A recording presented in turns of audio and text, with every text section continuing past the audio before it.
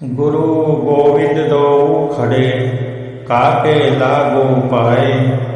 बलिहारी गुरु आपने, गोविंद दियो बताए। बलिहारी गुरु आपने, गोविंद दियो मिलाए।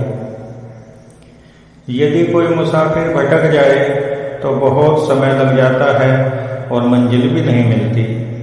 ऐसे में यदि कोई व्यक्ति उचित समय पर उसका मार्गदर्शन करके सही रास्ता दिखा दे या सही बस ट्रेन आदि में बैठा दे तो भटका हुआ व्यक्ति आसानी से मंजिल पर पहुंच जाता है।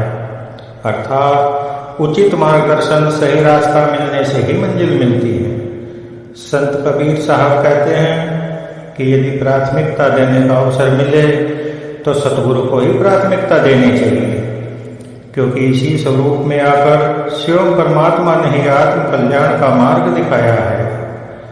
परमात्मा ही जगत कल्याण के लिए सतगुरु रूप में आते हैं। परमात्मा और सतगुरु दो भिन्न भिन्न नहीं, एक ही चेतन है। संसार के कल्याण के लिए ही सतगुरु की महिमा गाई गई है। धीरे धीरे रे मना, धीरे सब कुछ होए। माली सींचे सो गड़ा, ऋतु आए फल होए। किसी पत्थर पर यदि रस्सी आती जाती रहती है तो उस पर भी निशान पड़ जाता है।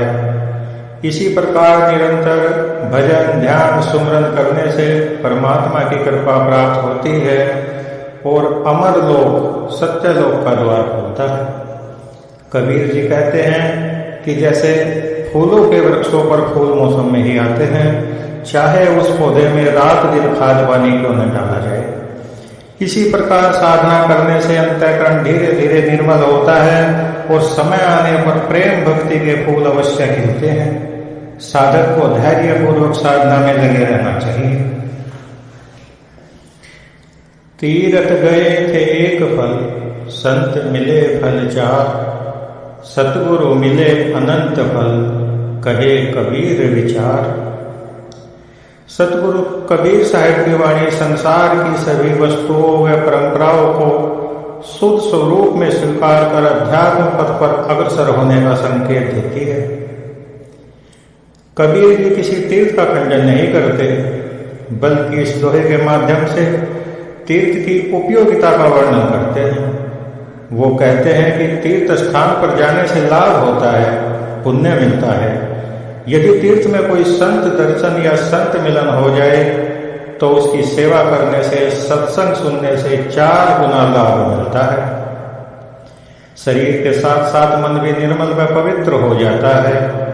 ऐसे में यदि आत्मज्ञान, ब्रह्म ज्ञान का उपदेश देने वाले संत हो और हम उस दिव्य ज्ञान का आचरण करें तो जन्म सफल हो जाता है। ऐसे मोक्ष रूपी फल का वर्णन शब्दों से संभव नहीं है। तीर्थ में जाने के बाद सद्गुरु मिलने का अनंत फल है।